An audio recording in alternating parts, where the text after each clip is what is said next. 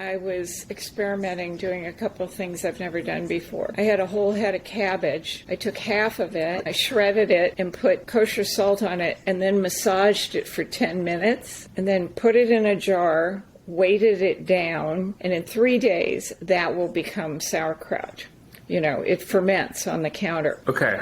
Run that back again. Shred half a head of cabbage. Put salt on it. You can either do it by hand. Yeah, you either do it by hand or in the Cuisinart. I did it by hand. You put it in a bowl. You sprinkle some kosher coarse salt on it, and then you literally massage the cabbage, and you'll see it sort of breaking down and becoming a lot softer for like 7 minutes. And then you pack it into a jar and you push it down as far as possible so that as it releases the water in it, it comes up and covers the cabbage. And then it sits there for at least 3 days. And at the end of the 3 days, it will have fermented enough to taste like sauerkraut. And if you leave it longer, it gets a stronger and stronger taste. So I did that yesterday. So then today I thought, what am I going to do with the other half of the cabbage? So I shredded it, and I shredded some carrots. I did it in the Cuisinart, and now I'm looking at recipes to make kimchi. Have you ever made it? I have never made it, but Dylan, I don't know if he made it or he used to get just gigantic jars of it. When we went to Germantown, we had all the different versions of all the pickled cabbage and what else do we have? Yeah. A bunch of stuff. Well, I'm not sure pickling. Pickling is a little different than fermenting, although I'm not an expert, so I could be wrong about this. But I just started looking at different recipes for kimchi, and it starts out the same way. You massage cabbage, but I also have shredded carrots in it because I thought that would be good. Then you just add other flavors to it, including as much red pepper as you can stand, depending upon how hot you like it. And there are a few other things. What kind of red pepper? Remember, like red pepper flakes. You add grated garlic, grated fresh ginger, sugar, fish sauce, Korean red pepper flakes. I just have Italian ones. Korean radish or daikon, and scallions. So it's just something fun. And I told you I was sprouting some lentils and chickpeas. The chickpeas, I don't know whether it's because they're a lot bigger, but they're going much more slowly than the lentils that actually have little sprouts like this. And now they're starting to turn green. It's just kind of cool trying to make stuff from scratch. And I mean, especially in the winter here when it's so gray, to be able to grow sprouts and have fresh green stuff with a lot of, what do they say, life force in it. And then the fermented things are supposed to be really good for your digestion, a lot of probiotics. How was your lunch? I'm making slaw again. So let's say one of the small bottles of Dijon mustard, 3 or 4 cups of apple cider vinegar, maybe half a cup of lemon juice, tablespoon and a half of salt, and then maybe a 1/4 cup of honey. And so you have like a lot of dressing, but it has no fat in it. It's basically just, what are you doing? I'm keep talking. Okay, the problem is that your image is very, very low res. Where'd you learn how to cook? Pretty much on my own. My mother, the only thing that my mother ever cooked that I liked was dog food. She used to make these delicious meatballs for the dog, and she put a lot into it. And so she'd cook up this big pot of meatballs, and they had, vegetables and other things in it in a broth. And then she'd leave it out on the stove for a while to cool off, and I would go in there and I would eat some of the meatballs. The only thing I didn't like was that they didn't have any salt on them. But the rest of the time, she was really lost in the kitchen. In fact, she used to say, "The kitchen is a foreign country, and I don't speak the language." Me and Beth got lucky because we grew up with around the best cooks. Can you remember like a bad meal that we had during the holidays, or even I can't even remember that many bad meals we ever had ever. Oh yeah, and when I was growing up in LA, there was not anywhere near the food culture that you experienced or that is there today. I mean, there were a handful of what were considered good restaurants, and they were basically sort of classic French or Italian type restaurants. There was the Bistro and a few other places. And then in the 70s, the mid-70s, first one who comes to mind is Wolfgang Puck. He opened Ma Maison in West Hollywood. And from there, it just snowballed. And, you know, now LA is one of the great capitals. So you guys were growing up, you know, we always took you to nice restaurants. And, you know, that was just because my parents did the same thing. You know, I was influenced by a cook that we had who was from Trinidad, who also went to French cooking school. I used to hang out and watch her. I was influenced by Annie. She actually grew up all over the world. She grew up in, she's French, but she grew up in Africa and Switzerland and Paris. And so I learned a lot of stuff from her, and I just enjoyed it. I liked being creative. I'm not big on recipes. I'm better with sort of kind of looking at an overview of what something, how you do something. What are the techniques? That's the first thing. And then, you know, you can riff on the ingredients once you learn the techniques, which is really basic chemistry. You're the best cook I know. I mean, maybe it's like athletic performance or academics or anything else where you can be around people who are whatever. I mean, you say it's simple chemistry, but I don't think chemistry is simple. You're making sauces and what was the rib roast? 15 pounds, 10 pounds? And cooked it with no thermometer. Right. Yeah, just by look and smell. And you know, that's probably done. That's really... Yeah, if I'm making something in the oven, whether I'm baking or roasting, I can tell a lot by smell and sort of roughly what the time is supposed to be as to when it's going to be done. I mean, I think in general, I like being creative.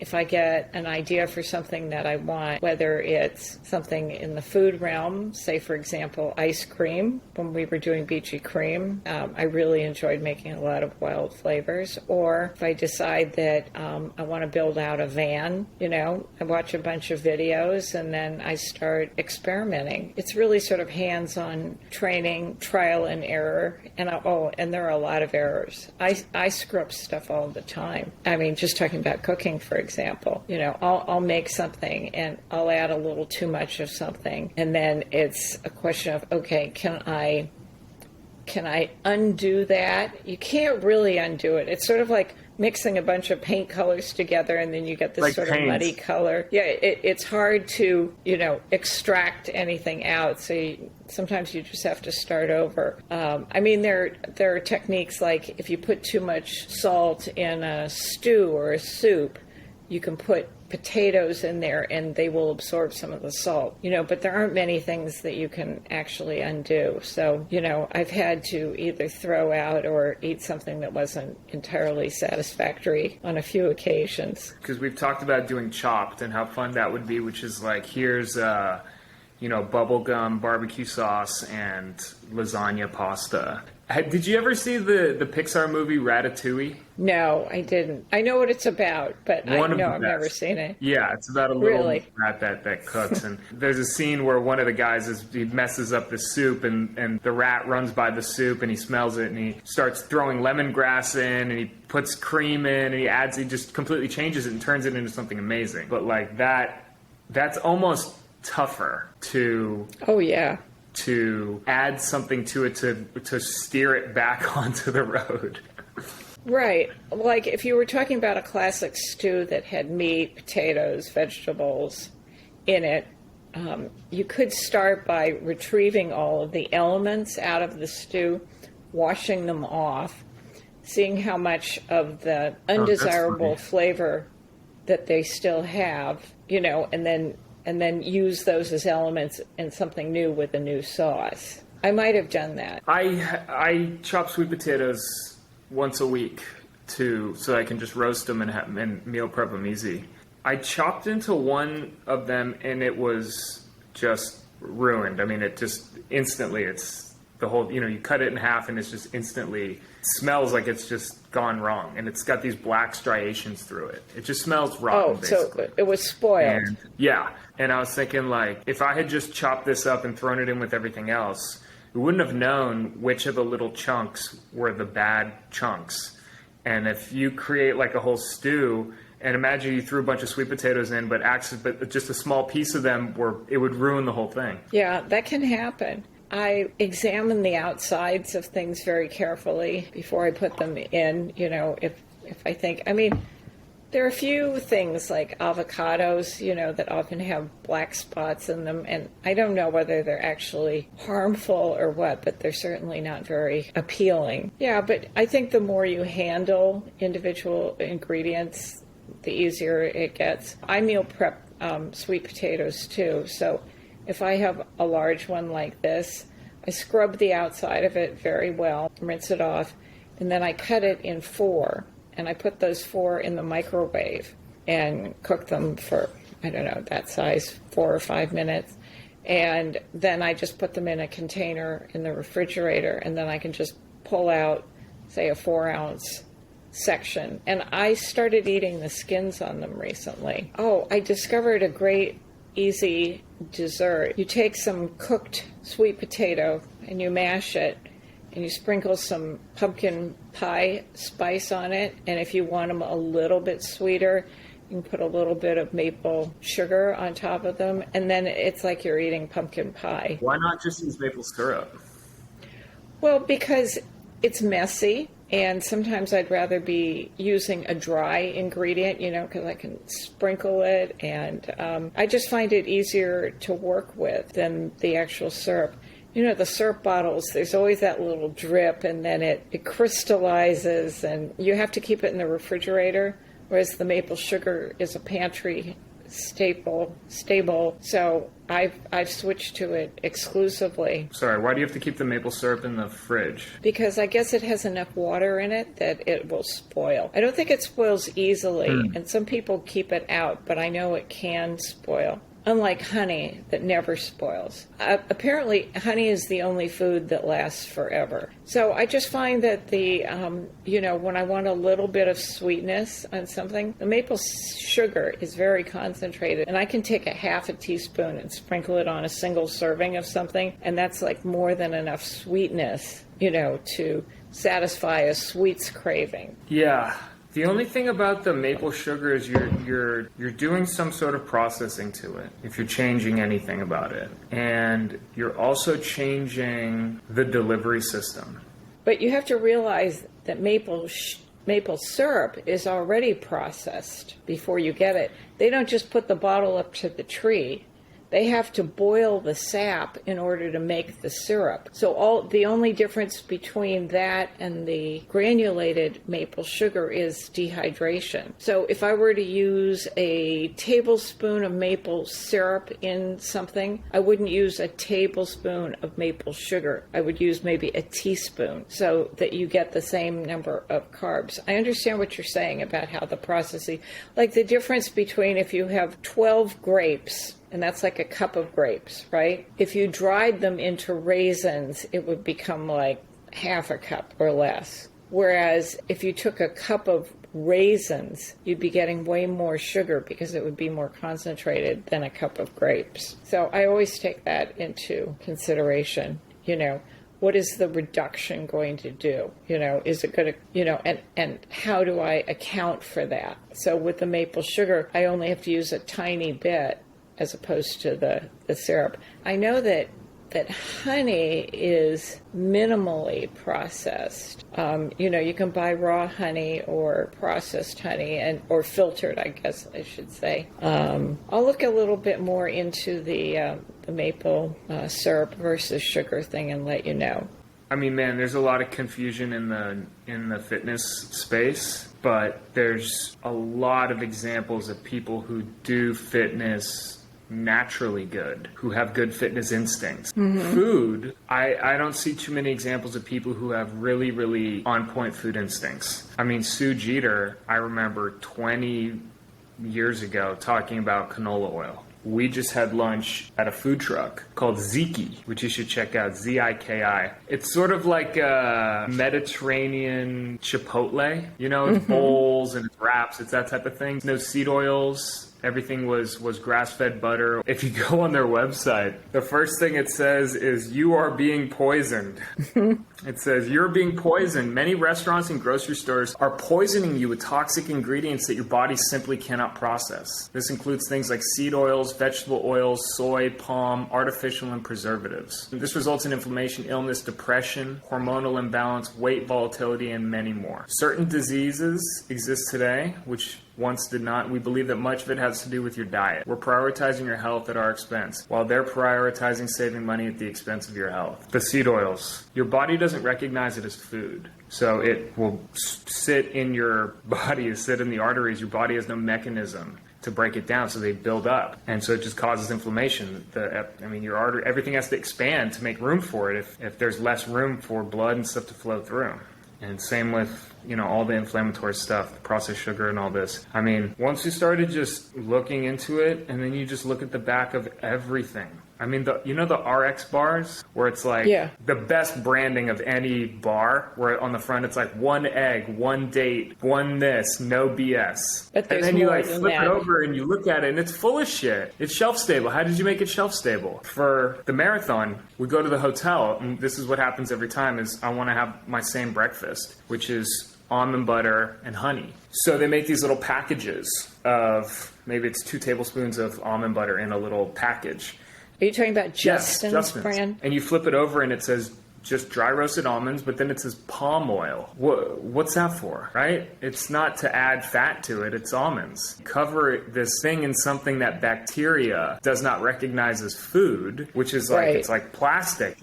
And so bacteria keeps bacteria out. But then your body, which is made of bacteria, which is supposed to process and break the stuff down, has no ability to do that. What we did instead is I took a plastic bag and I just scooped 2 tablespoons of almond butter into the bag, and then poured 4 tablespoons of honey over it, and then put it in a Ziploc bag, and then put it in another Ziploc bag. And I was like, honey's a preservative, right? It'll work. And it freaking worked. And then the next morning, I just squeezed it out like a piping bag onto pumpkin loaf. What's pumpkin loaf? It's pumpkin bread, or that you made? Yeah. I mean, did you make it or buy it? I made it. With canned pumpkin? Do you use flour or almond flour? Almond flour. Did you use egg or a substitute? Almond flour, baking powder, 1/4 cup of syrup, 1/4 cup of avocado oil, salt, pumpkin, and that's it. No egg or egg substitute. Sounds good. No, nothing. It didn't need it. I mean, egg is good to cakeify.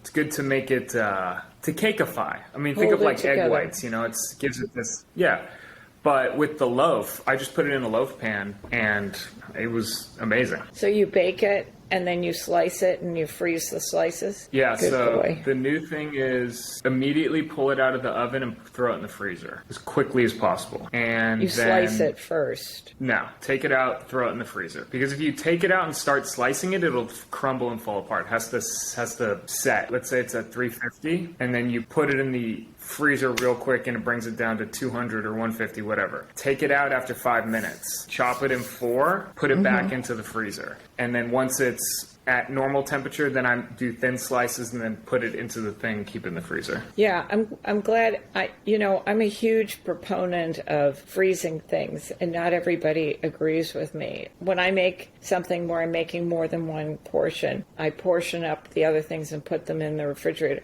In the freezer. I don't leave it in the refrigerator for days and then wait, I didn't eat it, and then put it in the freezer, because it's already degraded. If you're not getting your vegetables just picked from a farmer's market, frozen vegetables are often a much better choice, because they are flash frozen where they are picked, so that preserves all of the nutrients. Whereas stuff that's been in the supermarket, it could have been a week or more since it was picked. I also like to have things already prepped in the freezer, so when I'm ready to eat, I just have to heat it up. I like to plan ahead of time what my next meal is going to be so that I'm not in a state of being so famished, I want to eat some chips or something because, I'm getting low blood sugar. So I like to plan out the whole thing ahead of time. I'll get something that's in the freezer out earlier in the day to thaw. Zombie apocalypse, how long do you think we're surviving having to farm and do all that? Well, I follow some preppers on social media,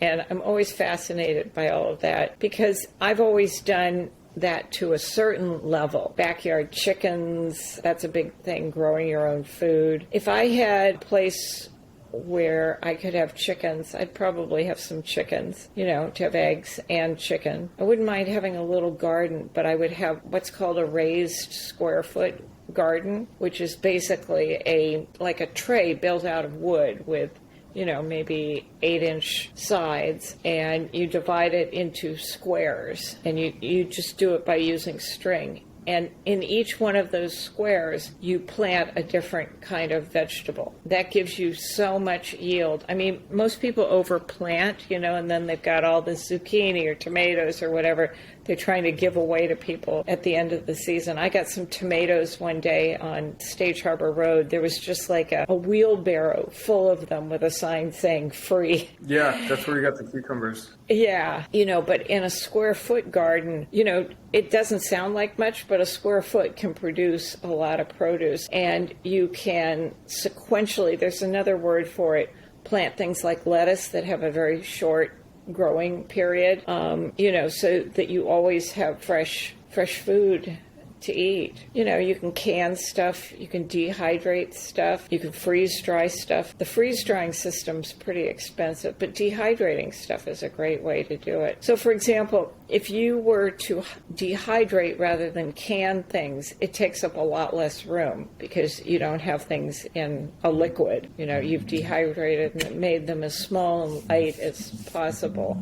I have a container that I bought of emergency food packets. I just brought it in from the garage. It's good for 30 years. And the stuff in each package is freeze-dried. And I think I tried one of them before where you just take boiling water and pull it in. Pour it into the packet, and you can eat it out of there. You can even do it with non-boiling water in an emergency. It's things like beef stroganoff, spaghetti, this, that, and the other. Just mainly for emergency use. But it would be nice to put some things like that together using ingredients and recipes of things that you normally eat and like. It's kind of what I do for my breakfast, where I portion oats, dried blueberries, hemp hearts, walnuts, maple sugar, pinch of salt, and it's just one portion. And I put it in my little individual rice cooker with a cup of water, and it cooks in a few minutes because I'm like, in the morning, I can't think, even if I have to make coffee from scratch, I'll do things like I'll pour the grounds in my cup instead of the coffee maker. I am not good when I wake up, so the more I can put together a system of stuff ahead of time, the better off I am. Yeah, I want to ask you more about how we can start making some more sustainable nutrition for exercising, like the English muffins. We're going to try to do that. Have no sugar in it and no crap ingredients, because it's sad. The Thomas English muffins, I can't believe how many of those I ate. Just look at the back of them. They're made to have long shelf life, and that's the problem. And you can easily make these from scratch, bake them, and then slice them and freeze them, and you'll always have a fresh, wholesome muffin. I think if I were making them, I might add some oat flour to them so they wouldn't be just white flour. Do you buy just the plain original ones, or do you buy the sourdough ones? Plain original. So if you substituted half the white flour with oat flour, that would be good.